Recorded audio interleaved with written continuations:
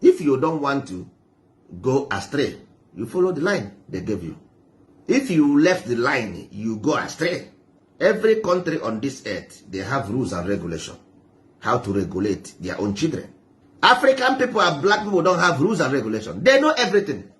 They know everything. I don't want to put me in a box. Religion is nonsense. Religion is... Only them know everything. Religion is nonsense. Education is nonsense. Country is nonsense. Everything is rubbish for them. Nothing.